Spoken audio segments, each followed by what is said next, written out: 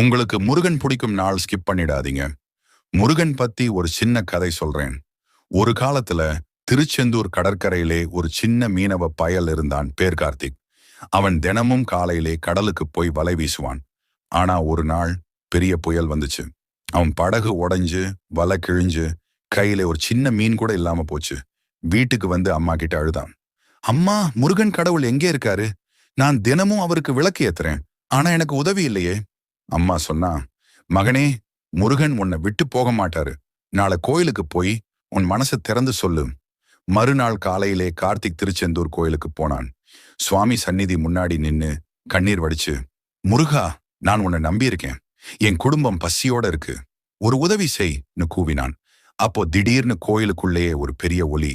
பூசாரி ஓடி வந்து பார்த்தா, சுவாமி சிலை முன்னாடி ஒரு பெரிய மீன் கிடக்கு, பளபளன்னு பொன் மீன் மாதிரி. கார்த்திக்